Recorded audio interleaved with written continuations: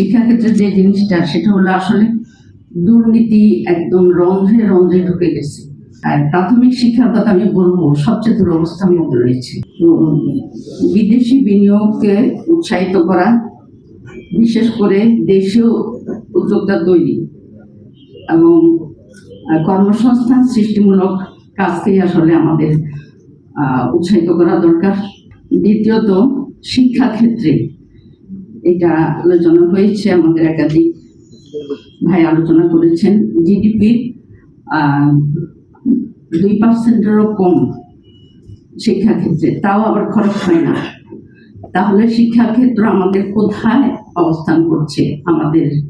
আমি মাত্র পরশুদিন এবং গতকাল আমি বরিশাল অঞ্চলের কয়েকটা জেলা আমি ঘুরে এসেছি এবং দেখা গেছে সেখানে যে শিক্ষার অবস্থা এত খারাপ যে সবার মধ্যে হাহাকার, যে মেধাবী ছাত্রছাত্রীরা সেখানে পড়াশোনার তেমন কোনো সুযোগ পায় না, কারণ ক্লাসগুলো হয় না ঠিক মতো, পরীক্ষা হয় না, এবং একটু মেধাবী হলে তাদেরকে হয় বরিশাল শহরে না হলে ঢাকার দিকে চলে আসতে হয়।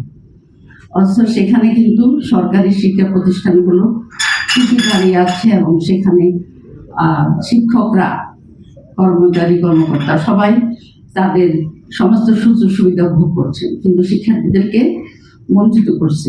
এই ক্ষেত্রে প্রাথমিক শিক্ষার কথা আমি বলবো সবচেয়ে দুরবস্থার মধ্যে রয়েছে।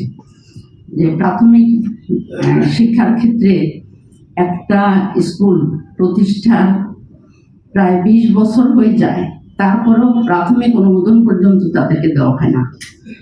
অথচ আমরা জানি বেসরকারি স্কুলগুলোতে ছাত্রছাত্রীর সংখ্যা তুলনামূলকভাবে সার্বিকভাবে বেশি। উচ্চশিক্ষার ব্যাপারে তো অবহেলা এবং সহযোগিতার অভাব তো আছে। আমাদের শিক্ষকবৃন্দ যখন রিটায়ার করেন তখন তাদেরকে চরম যন্ত্রণার মধ্যে থাকতে হয় দীর্ঘদিন ধরে, এবং তারা মোটেও ভাবতে পারেন না যে তার রিটায়ারমেন্টের পরে তাদের যা প্রাপ্য, সে প্রাপ্যটা আদৌ পাবেন কিনা। তারা ওই শিক্ষা অফিসার বাসায় আসা যাওয়া করতে করতে তাদের পায়ের স্যান্ডেল হয়ে যায়। শিক্ষাক্ষেত্রে যে জিনিসটা সেটা হলো আসলে দুর্নীতি একদম রন্ধ্রে রন্ধ্রে ঢুকে গেছে। এই দুর্নীতি দূর করা দরকার।